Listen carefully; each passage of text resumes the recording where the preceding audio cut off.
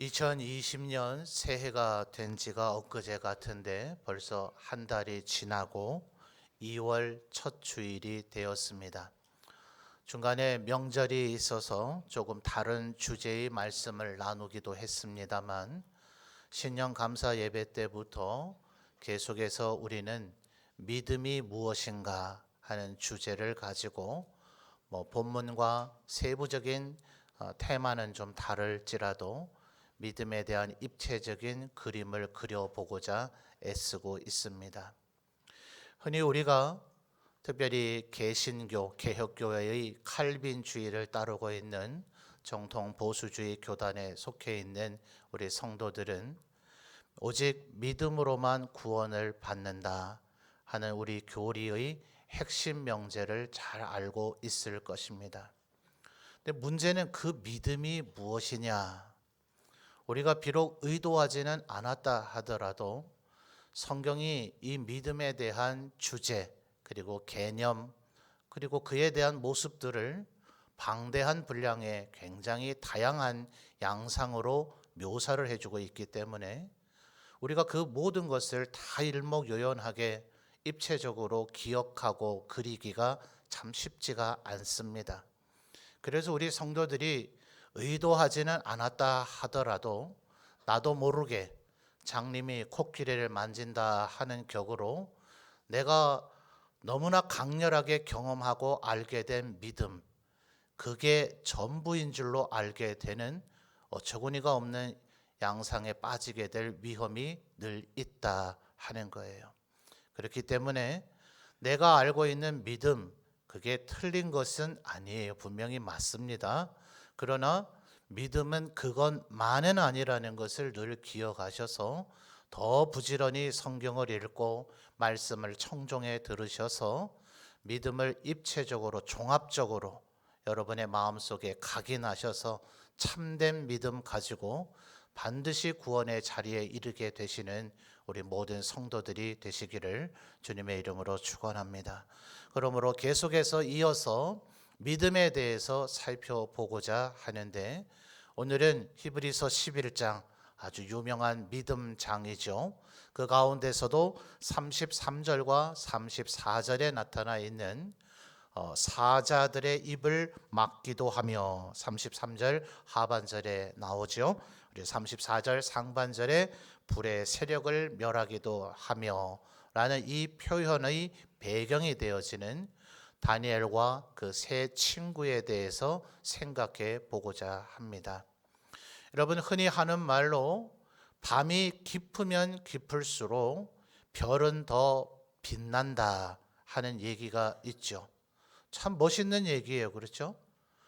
보름달이 뜨고 야경이 휘황찬란한 그런 대도시에서는 사실 별이 잘 보이지 않습니다. 어릴 때 서울에서 태어나서 대구, 울산, 서울에서 주로 사역을 했던 저는 이 세상에 별이 다 없어진 줄 알았다가 우리 문경에 와서 별은 여전히 그 자리에 있구나. 너무나 얼마나 좋았는지 몰라요. 새벽 예배 나오기 위해서 사택에 나올 때 정말 하늘에 수놓은 그 별들을 보면서 참 멋있는 말이죠. 그런데 밤이 깊을수록 별이 빛난다. 굉장히 낭만적이고 우아한 얘기 같지만 밤이 깊다는 이게 그렇게 쉽고 만만한 평탄한 얘기를 하고 있는 것이 아니거든요. 다니엘서를 보면 우리가 잘 알 수 있듯이 다니엘과 세 친구는 전쟁의 포로로 잡혀왔습니다. 여러분 제가 이 개념에 대해서 여러분의 이해를 돕기 위해서 수많은 설교 시간을 통해서 연해주 북간도에 살고 있던 우리 동포들이 소련에 의해서 중앙아시아로 강제로 끌려갔을 때 얼마나 많은 사람이 중간에 희생을 당했는가. 일제시대 일본에서 관동 대지진이 일어났을 때 우리 동포들이 억울하게 얼마나 많이 무참히 학살을 당했는가. 미 대륙에 있던 원주민들, 흔히 아메리카 인디언이라고 불려지죠. 그들이 인디언 보호구역으로 강제 이주를 당할 때 얼마나 많이 희생을 당했는가. 제가 상세하게 설명을 여러 차례 드린 바가 있습니다. 그러니까 다니엘과 세 친구가 여호야김 왕 때의 첫 번째 포로로서 끌려올 때에 살아서 바벨론에 도착한 것 자체가 참 다행이고 행운입니다. 성경은 일일이 그것을 묘사하고 있지 않지만 제가 방금 전에 언급한 세 가지 사례 외에도 수많은 사례들을 볼 때 지금 초대되어서 여행 가는 게 아닙니다. 전쟁의 포로로 끌고 가는 이들이 중간에 얼마나 무참히 학살당하고 희생당했을까. 그래서 우리 살펴보지 않아도 너무나 뻔한 일입니다. 그렇게 다니엘과 세 친구가 바벨론에 전쟁 포로로서 끌려온 거예요. 그들의 앞으로의 처지가 어떻게 될까요? 이런저런 과정을 통해서 죽지 않으면 다행입니다. 죽지 않고 살아있을 수만 있다면 애초부터 그 나라의 노예로 태어났거나 노예에게서 자라난 사람이 아니고 전쟁의 포로로 잡혀온 노예들은 자연사로 살 수만 있다면 그건 그나마 노예 형편 중에 나은 겁니다. 신약 성경에 보면 바울 사도가 율법과 복음의 관계를 설명을 하면서 율법은 마치 몽학 선생과 같다 이런 표현을 예전 개역 성경에서 한 적이 있습니다. 아마 지금 개역 개정은 번역을 조금 달리 하는 것 같더라고요. 이 몽학 선생이라는 것이 뭔가 바로 이런 전쟁 포로들입니다. 마치 다니엘과 세 친구처럼 비록 전쟁으로 인하여 포로로 끌려오긴 했지만 그 이전 신분이 왕족이나 귀족 혹은 학자들이라서 사실 조선시대 이전만 하더라도 왕족, 귀족이나 학문을 할 수 있지 일반 평민, 종들에게는 배움의 기회가 거의 주어지지를 않았죠. 그러니 학식이 있는 집단이 곧 왕족이요 귀족입니다. 얼마나 아까워요. 아무리 다른 나라를 정복해서 포로로 잡아온 국가라 하더라도 전 국민 중에 그 나라의 역시의 지배계층 외에는 학식을 갖고 있는 자가 그다지 많지 않거든요. 그리고 여러분 조선시대 역사들을 잘 보십시오. 왕자들을 누가 가르치는가? 왕자 좀 돼야 아주 탁월한 선생님께 배울 수 있는 거예요. 세자가 되면 세자를 누가 가르치는가? 이게 중요한 벼슬 중에 하나거든요. 세자 가르치는 게 그만큼 중요한 거예요. 그러니 일반 귀족들도 선생님을 얻기 어렵겠거늘 자기 자녀를 어떻게 하면 가르칠 수 있을까요? 그래서 전쟁 포로로 잡아온 왕족이나 귀족 중에 학식이 있는 자들은 꽤 인기 있는 노예 중에 하나였습니다. 그들의 비싼 값을 주고서라도 노예로 사다가 내 자녀들의 개인 교사로 삼는 거죠. 그것을 몽학 선생이라 합니다. 그러니까 왕의 주인님의 자녀들이 어렸을 때에는 그들이 비록 노예이지만 일종의 스승님과 제자의 관계가 되죠. 그러나 그 주인님의 자녀들을 아무리 스승으로서 가르쳤다 할지라도 그 자녀들이 20살이 되는 순간 한때 스승이었던 노예들은 이제는 다시 노예의 위치로 되돌아서게 되는 겁니다. 배움의 과정에서는 혹시 착한 주인과 그 주인의 자녀들은 선생님이라 혹시 호칭을 했을지 모르고 그 기간에 너무나 정이 쌓인 나머지 20살이 되고 나서는 한때 스승이었던 그를 노예에서 해방시켜주고 평민으로 풀어주는 이가 혹시 있으려는지는 모르지만 일반적으로는 여전히 노예로 살아야 됩니다. 그러니까 그 이전까지는 스승의 입장으로서 주인의 자녀들을 가르쳤다가 그들이 20살이 되면 다시 주인님 이렇게 불러야 되는 원래의 종의 위치가 되는 거죠. 그래서 바울 사도는 마치 율법이 그와 같다 그랬습니다.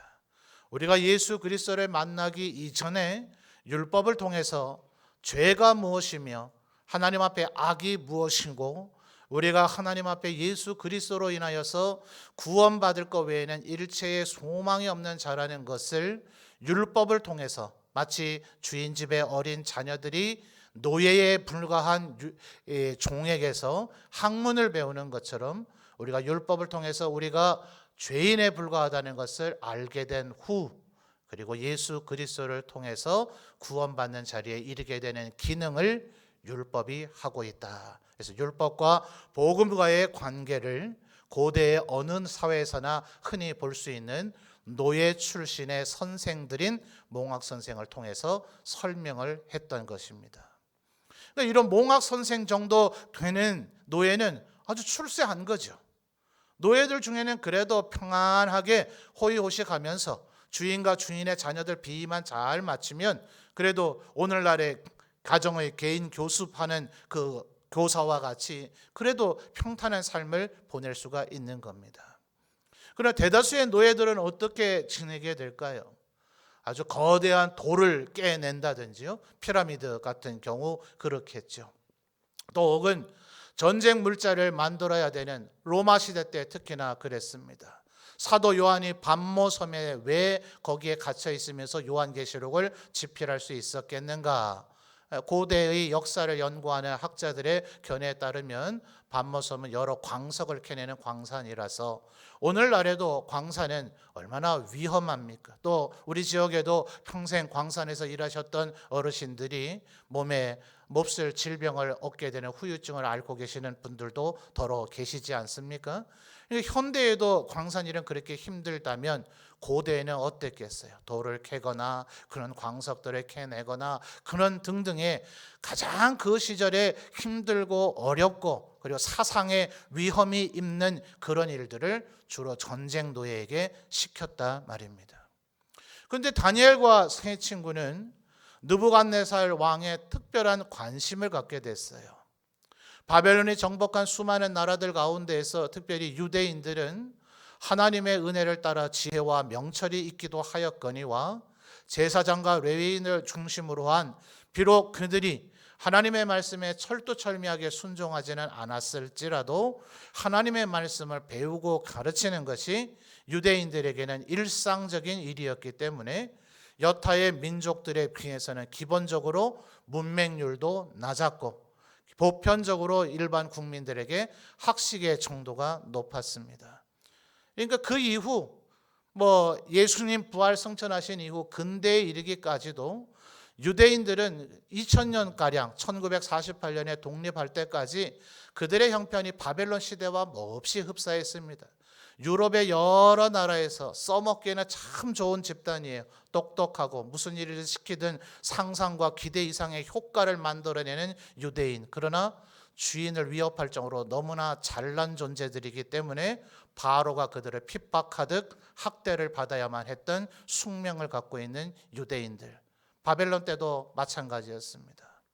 그러니까 느부갓네살 왕이 특별히 수많은 나라들을 정복했지만 유다의 왕족과 귀족들 중에서 얘들은 내 제국의 신하를 만들어도 좋겠다 판단이 되어졌기 때문에 유다의 왕족과 귀족들을 선발해서 그들을 3년 동안 가르치기로 합니다. 거기에 다른 왕족과 귀족들은 그저 이제는 수당방법 가르지 아니하고 이미 유다 나라는 망했잖아요. 그리고 그 나라에서 전쟁 포로로 잡혀오면서 수많은 죽음의 위기를 겪었는데 살아서 바벨론에 도착한 것 자체가 기적이잖아요. 그러니 바벨론의 나라가 멸망했을 때 유대인들에게는 흔히 세 가지 질문이 있었다 그래요. 우리가 그동안 헛개비 믿었던 거 아닌가? 하나님 정말 살아계시는 게 맞는가? 하나님이 살아계시다면 왜 유대 이스라엘이 멸망하고 성전이 무너지도록 하나님은 방치하셨을까? 혹시 하나님이 계시다 하더라도 바벨론의 신들보다 힘이 약하신 거 아닌가? 그러길래 바벨론과의 전쟁에서 졌겠지. 아니야, 혹시 능력이 있으시다 하더라도 하나님 심술구 주셔서 우리를 사랑은 실제로 안 하시는 거 아닌가? 그래서 너희들 한번 고생 좀 해봐라 이러면서 우리를 사랑하지 않으셔서 우리가 이 모양 이 꼴이 된 것 아닌가? 대다수의 유대인들이 그런 근본적인 회의적인 질문에 빠졌습니다. 사실 구약 성경의 열왕기와 역대기는 바로 그런 포로된 가운데서 이 이스라엘 백성들의 질문에 대한 대답으로 기록이 된 겁니다. 열왕기는 예레미야가, 역대기는 학사 에스라가, 느헤미야와 함께 포로 귀환을 이끌고 온 지도자죠. 제사장 겸 학사가 각각 열왕기와 역대기를 집필하여서 북이스라엘과 남유다의 대부분의 왕들과 그때 당시에 모든 백성들이 하나님 앞에 범죄했기 때문에 하나님께서 수없이 많이 참고 인내하시며 용서해 주셨지만 끊임없이 하나님을 배반하고 배신함으로 하나님께서 징계의 일환으로 바벨론의 포로로 끌려오게 하셨던 것이다. 여러분이라면 그 말씀 순전히 잘 믿을 수 있겠습니까? 아, 그래, 우리 조상들과 우리들이 범죄해서 그렇구나 라고 믿었겠습니까? 그 세대가 그거를 그렇게 잘 믿을 것 같았으면 그 조상들은 왜 하나님 말씀을 그토록 믿지 않고 무시하고 있다가 멸망당하는 꼴에 이르렀겠습니까? 느헤미야도 느헤미야 1장을 보면 왜 자기들이 멸망했는지를 말씀을 통해 깨닫죠. 이미 솔로몬 때에 성전을 만들어서 성전을 하나님 앞에 봉헌하면서 솔로몬이 했던 기도의 내용 가운데, 하나님께서 축복하시고 받아주신 그 기도의 내용 가운데 그 비밀이 다 숨어 있었어요. 하나님, 우리가 이 성전에서 하나님을 찾고 예배하며 기도하면 하나님, 우리가 어디에 있든지 우리에게 복을 주옵소서. 그러나 너희들이 하나님의 말씀에 불순종하면 하나님께서 우리에게 처음에는 경고하시다가 그 다음엔 벌을 주시다가 그래도 말을 듣지 않으면 우리를 열방으로 흩으실 거인데, 그렇게 될지라도 세상 끝에 있을지라도 거기에서 회개하고 돌이키면 우리를 우리의 고향으로 돌아오게 하옵소서. 이미 이 모든 일이 꿈도 꾸기도 전에 먼 옛날 솔로몬 왕 때 성전 봉헌할 때 이미 다 언급되었던 내용입니다. 그 조상들도 믿지 않았으니 다니엘 시대에 포로로 잡혀온 이들이 야, 이거 우리가 잘못해서 그런 거구나 라고 그렇게 하나님의 말씀을 믿고 회개하겠더냐고요.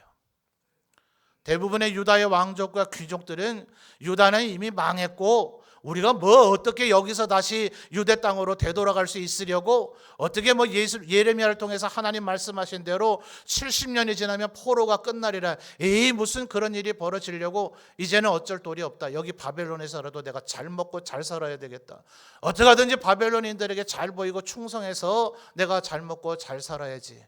그들은 전부 다 믿음을 내팽개쳐 버렸습니다. 어찌하든지 느부갓네살 왕의 눈에 들려고, 그의 실무자인 환관장 아스브나스의 눈에 들려고 그들은 혈안이 되어 있을 그때에 다니엘과 세 친구는 마음에 결심하고 뜻을 정하여 환관장 아스브나스에게 요청합니다. 당신들이 열심히 배우라고 하는 바벨론인의 학문과 언어는 우리가 열심히 배우겠는데 우리에게 제공되는 왕의 진미와 포도주는 우상에게 바쳤던 제물인 바 우리는 그것을 먹을 수가 없습니다. 그러니 우리는 그거 아닌 풀만 주시오, 채소만 주십시오. 환관장 아스브나스가 뭐라 그럽니까? 왕이 나에게 감독하라 한 것은 너희들에게 학문도 잘 가르칠 뿐만 아니라 잘 먹이고 잘 입혀서 가장 건강한 상태로 만들어서 왕 앞에 보여야 되는데, 언젠가 왕이 너희들의 얼굴 한번 보자, 얼마나 공부 열심히 했는가 한번 테스트해보자 그럴 때에 너희들이 얼굴이 파리하고 아주 헬쓱해가지고 건강 상태가 안 좋은 걸로 되면 너희들을 감독하고 관리하라고 된 내가 어떤 꼴을 당하겠느냐, 이렇게 말을 할 정도였죠. 그래서 다니엘과 세 친구가 뭐라 그럽니까? 한 열흘 정도 풀만 줘서 우리가 정말 건강해지는가 안 해지는가 테스트를 해보시라. 그럴 때에 하나님께서 그들에게 은혜를 베풀어 주셔서 그 어떤 사람들보다도 건강하게 해 주셨을 뿐만 아니라 그들에게 지혜와 명철도 주시고 표적과 이사를 깨달아 알 수 있는 능력까지도 주셨더라. 여러분, 이것이 믿음인 줄 믿습니다. 그 어떤 상황에서도 모두 다가 하나님이 정말 살아 계시는가, 그분이 능력이 있으신가, 그분이 우리를 사랑하시는가, 이렇게 의심하는 사람들로 가득 찬 세상이 된다 할지라도 여러분, 하나님을 향한 말씀을 붙잡고 믿음 위에 굳건히 서 있게 되시는 우리 성도들 되시기를 주님의 이름으로 축원합니다. 그러나 이 4명 다니엘과 세 친구에게 좋은 일만 있지는 않았어요. 불과 멀지 않아 시련이 다가왔는데 먼저 세 친구에게 시련이 다가왔습니다. 느부갓네살 왕이 금 신상을 만들어 놓고 누구라도 여기에게 절하지 않으면 용광로 풀무불 속에 던져 죽이겠다 했습니다. 두라 평지에 세워진 이 금 신상은 그 높이가 현대의 미터법으로 환산하면 약 30m가량 되는 거라서 거의 고층 아파트와 같은 금심상입니다. 그럼 이게 하루아침에 만들어지겠습니까? 오늘날 그런 높이의 아파트를 짓는데도 꽤 여러 달이 걸릴 터인데, 이 왕이 금신상을 만들어서 그 고대에 그 큰 신상을 만들어 일으켜 세우려고 하면 어떤 공법을 어떻게 만들었는지 모르지만 꽤 오랜 시간, 못해도 6개월에서 1년 이상의 시간이 걸렸을 거예요. 여러분, 다니엘과 세 친구 어떻게 했을까요? 이제 6개월이나 1년 지나서 저 신상이 완성되는 날에는 우린 선택해야 된다. 신앙을 버리고 절하든지 아니면 죽든지. 여러분이라면 어떻게 하겠습니까? 다니엘과 세 친구는 그 금신상을 파괴하는, 예를 들어 불을 지르든지, 고대야 폭약이 있겠습니까만 그걸 파괴하려고 하는 그런 시도를 하지 않았습니다.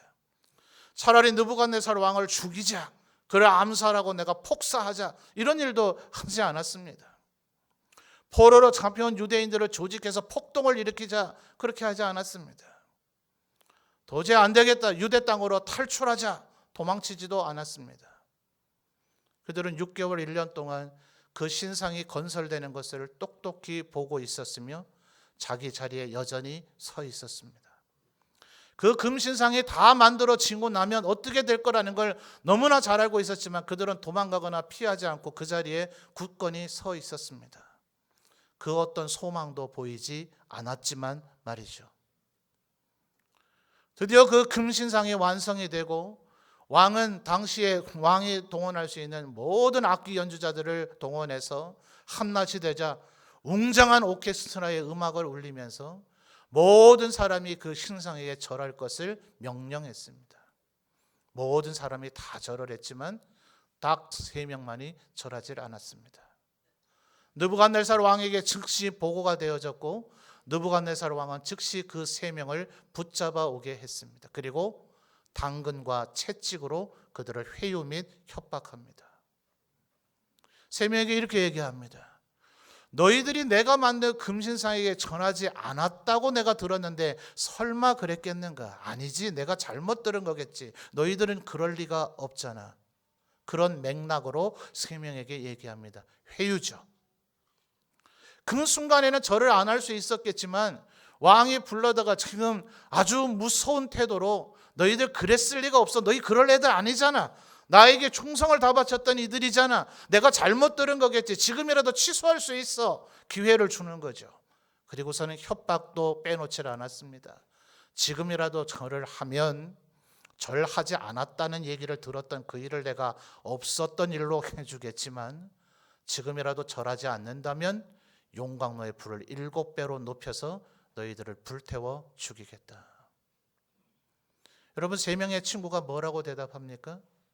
왕이 만약 우리를 풀무불 속에 던져 넣는다면 전능하신 하나님께서 우리를 건져내실 겁니다. 여러분, 여기까지도 대단한 믿음 아닐까요? 여러분, 살아가는데 정말 믿음이 있으십니까? 하나님 왜 우리를 도와주지 않으실까요? 분명히 하나님의 나라와 하나님의 의를 구하라. 그러면 너희에게 필요한 이 모든 것을 너희에게 더해 주리라. 무엇을 먹을까, 무엇을 마실까, 무엇을 입을까 염려하지 말라. 분명히 말씀하셨는데 실제로 여러분의 삶에 뭘 먹을까, 마실까, 입을까가 늘 제때제때 잘 공급이 되어집니까? 여러분의 삶에 근심과 걱정과 우환이 정말 한 번도 다 없으십니까? 하나님 말씀대로라면 우리에게 아무 일이 없어야 되는데 왜 우리에게 여전히 근심, 걱정이나 시련들이 있지요? 여러분, 아까 이스라엘 사람들의 질문이 뭐였다고요? 자기들의 조상들과 자기들이 하나님께서 수없이 선지자들을 보내서 엘리야, 엘리사를 보내고 이사야를 보내고 수많은 선지자들을 보내서 하나님께로 돌아오라 호세아를 통해서 보내고 호세아에게 일부러 음란한 여인 고멜에게 결혼을 하게 하고 그 여인이 아기를 낳은 후에도 나가서 바람을 피웠는데도 바람 피운 거기 가서 그 여인을 다시 데려와서 용서하는 퍼포먼스를 보여주게 함으로써 하나님이 너희를 지금이라도 돌아만 오면 용서해 주시겠다는 것을 수없이 선지자들을 통해서 말씀하시고 들려줬지만 그들이 순종했습니까? 안 했습니까? 순종하지 않음으로 바벨론에게 멸망했는데, 인간들은 언제나 자기들이 하나님 앞에 믿음으로 살지 아니하고 불순종해서 살아놓고서는 나타난 결과에 대해서는 하나님만 원망하더라. 그러니 여러분, 다니엘의 이 세 친구와 같은 이 믿음을 갖는 것도 얼마나 대단합니까? 우리가 지금 당신의 그 금신상에게 절하지 않으면 하나님께서 반드시 우리를 건져 주실 겁니다. 이 믿음만 해도 얼마나 대단합니까? 여러분, 이 믿음 가지고 사시는 우리 성도들 되시기를 주님의 이름으로 축원합니다. 그러나 저는 우리 점선제일교회 성도들이 이 다니엘과 세 친구와 같은 한 단계 더 나아가는 믿음이 있었으면 좋겠어요. 세 친구의 말은 거기서 끝나지 않았습니다. 우리가 절하지 않으면 하나님께서 우리를 반드시 건져 주시겠지만 그렇게 하지 않으신다 할지라도 우리는 왕의 신상에게는 절대로 절하지 않겠습니다. 하나님께서는 이 세 명을 7배나 뜨겁게 만든 용광로 속에서 건져 주셨습니다. 오히려 그들을 불구덩이에 넣으려고 하던 이들이 불타 죽을 정도의 무서운 불의 열기였지만 이 세 명은 불에 끌린 냄새조차도 나지 않았습니다. 다만 이들을 결박한 그 밧줄만 불타 사라졌을 뿐이었어요. 34절의 상반절에 뭐라 얘기했다고요? 불의 세력을 멸하기도 하며. 여러분, 다니엘이 다니엘서를 기록했겠죠. 그러니까 다니엘은 이 세 친구의 말을 선명하게 기록했습니다. 우리는 왕께서 그 절하라 하는 신상에 절하지 않으면 하나님께서 우리를 건져 주시겠지만 그렇게 하지 않으신다 할지라도 우리는 절하지 않겠다. 근데 다니엘의 자기 얘기는 이렇게 상세하게 기록하지는 않았어요. 고대 저술가들은 그렇거든요. 다른 사람의 얘기는 상세하게 묘사하지만 자기 얘기를 자기가 너무 상세하게 얘기하는 건 너무 민망한 일이 될 수 있잖아요.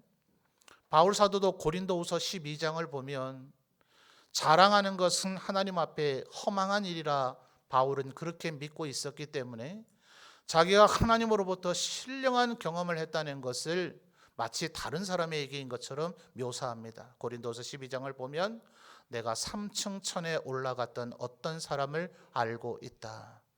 지난 2000년의 신학자들 가운데 예외 없이 이것은 바울 자신의 얘기를 하고 있는 것이다 라고 이야기합니다.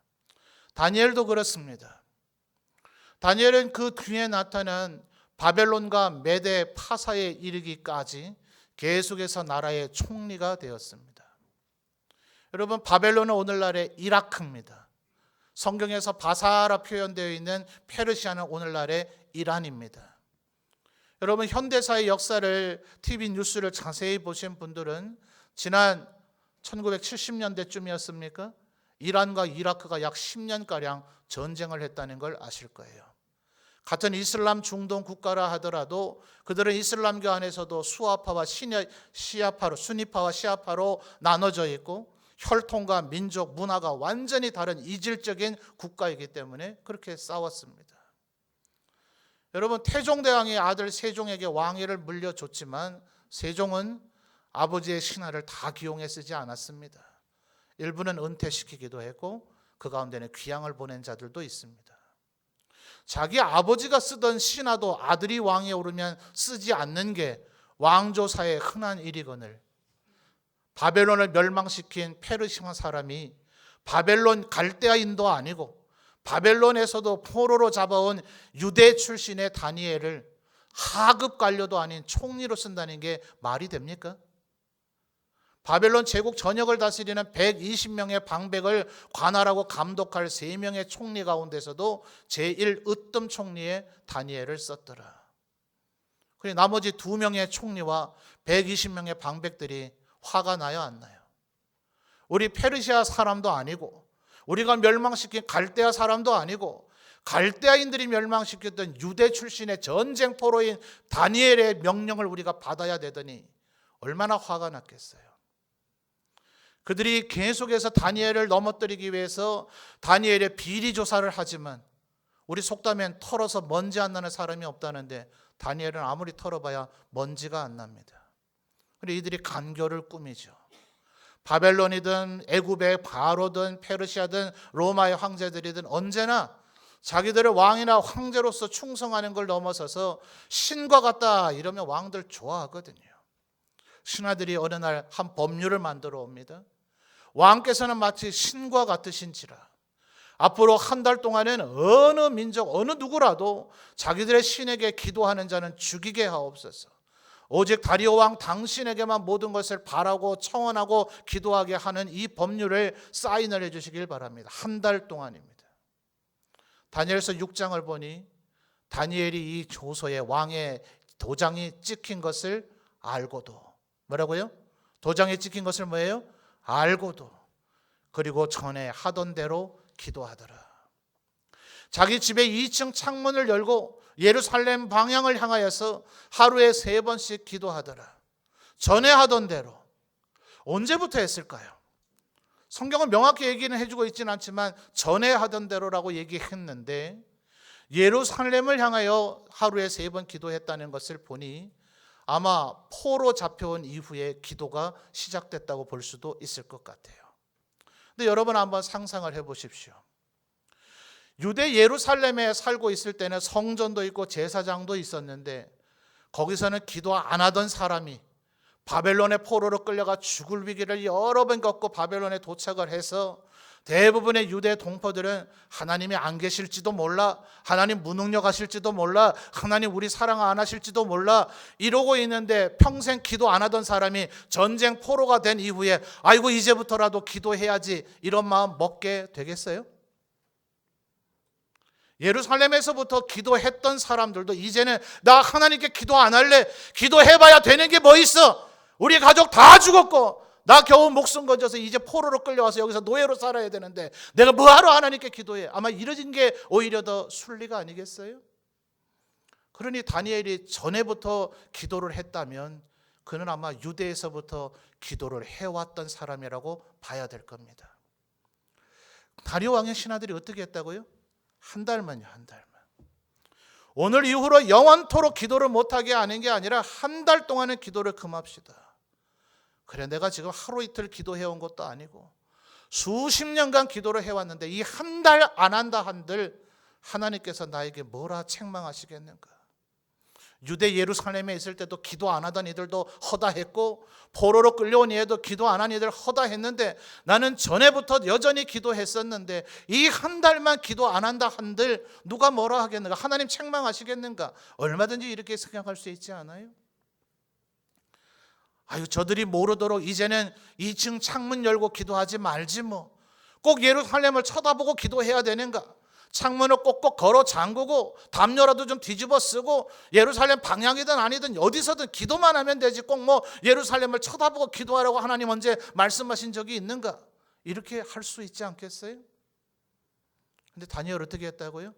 전에 하던 대로 왕의 직인이 찍힌 것을 알고도 여전히 2층 창문을 열고 예루살렘을 향하여 하루에 3번씩 기도하더라. 자기가 어떤 말을 더 했는지 어떤 마음으로 그렇게 했는지 다니엘은 묘사를 하지를 않았지만 친구를 보면 그 친구들과 누군지를 알 수 있는 바 새 친구와 똑같은 마음의 자세였을 것이라고 우리는 충분히 짐작할 수 있으리라 생각합니다.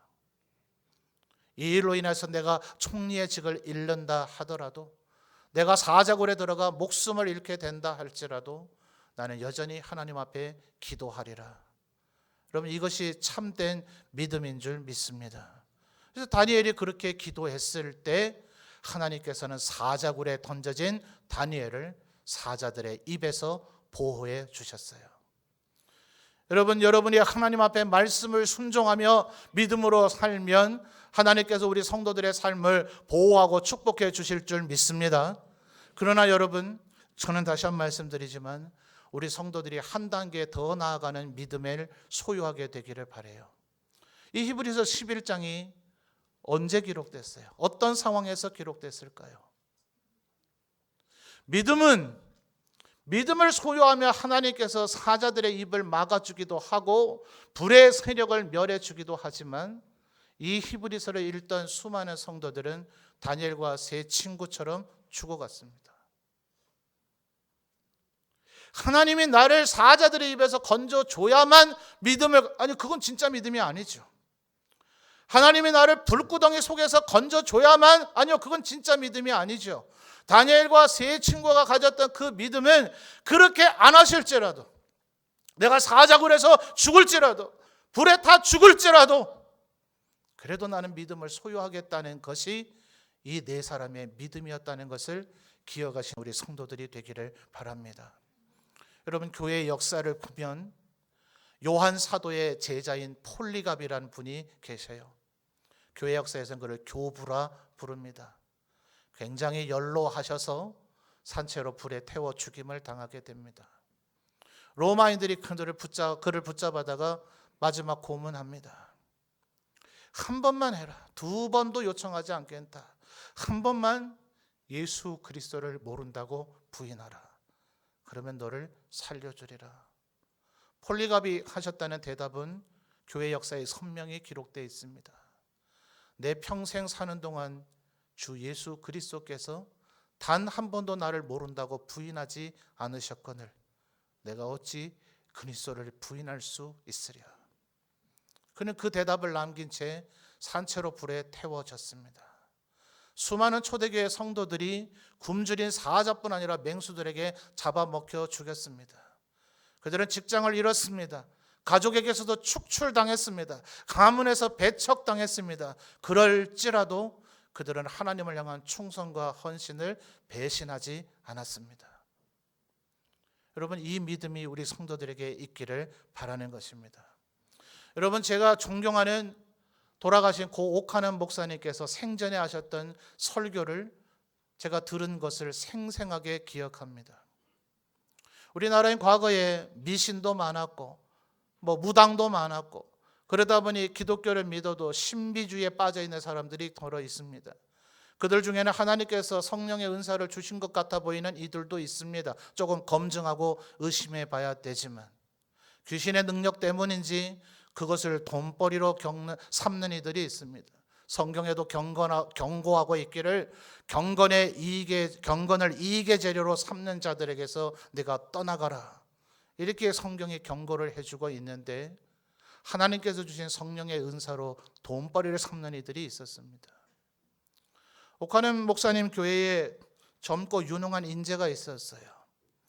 여러분이 알만한 유승한 대학을 나왔고 여러분이 부러워할 만한 직장에 취직이 된 젊은 총각입니다.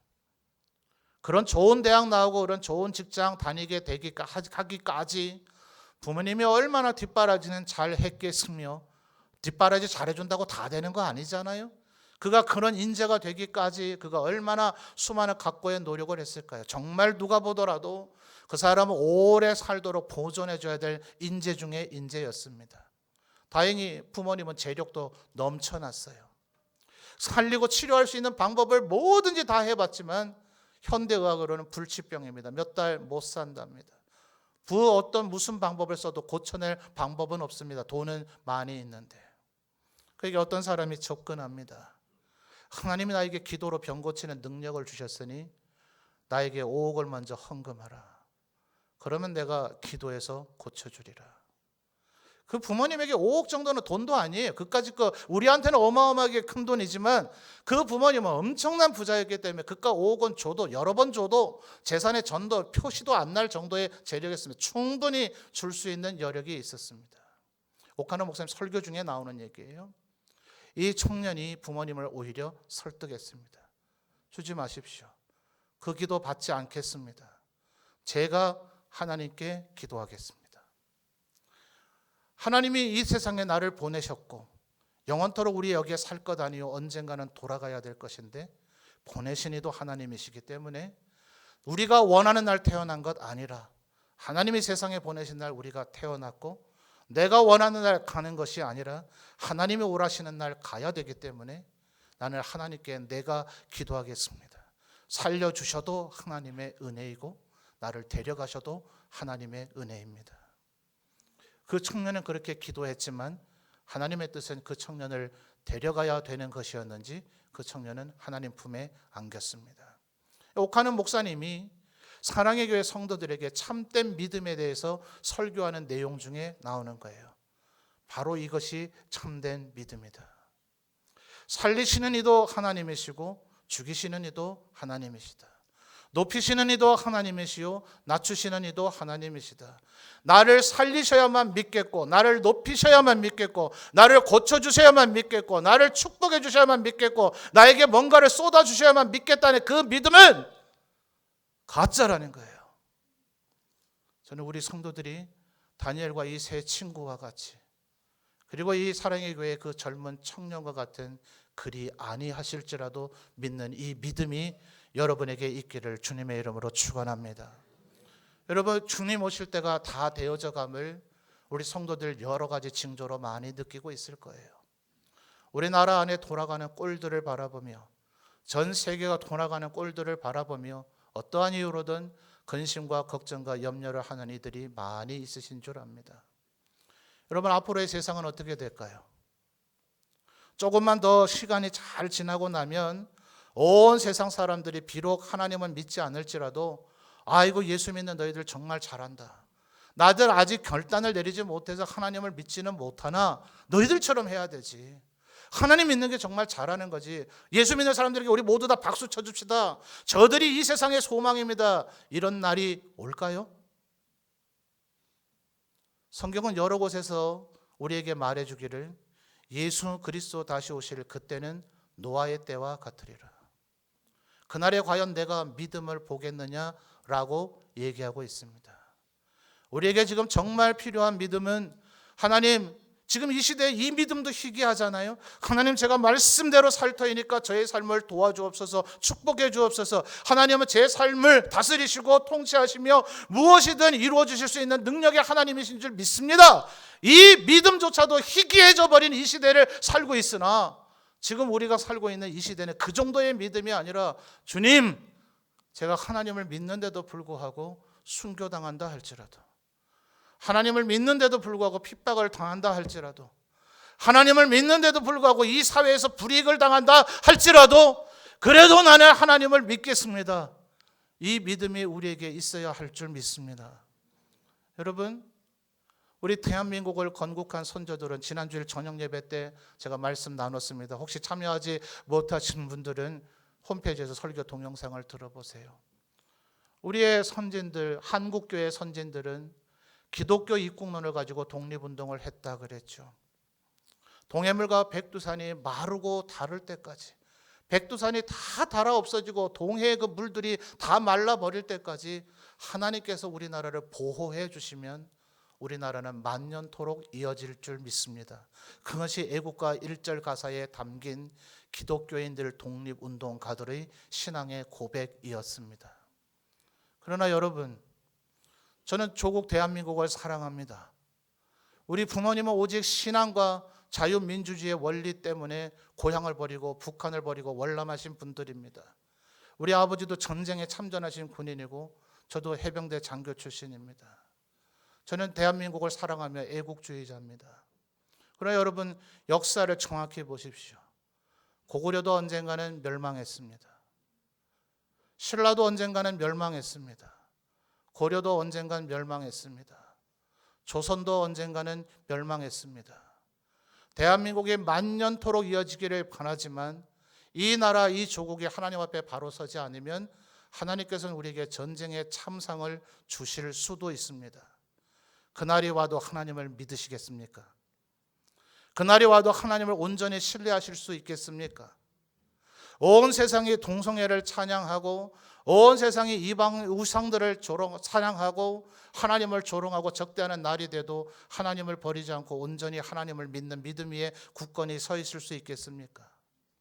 저는 지금 세상 돌아가는 꼴을 보며 우리 성도들을 이 믿음으로 무장시켜 드리고 싶습니다.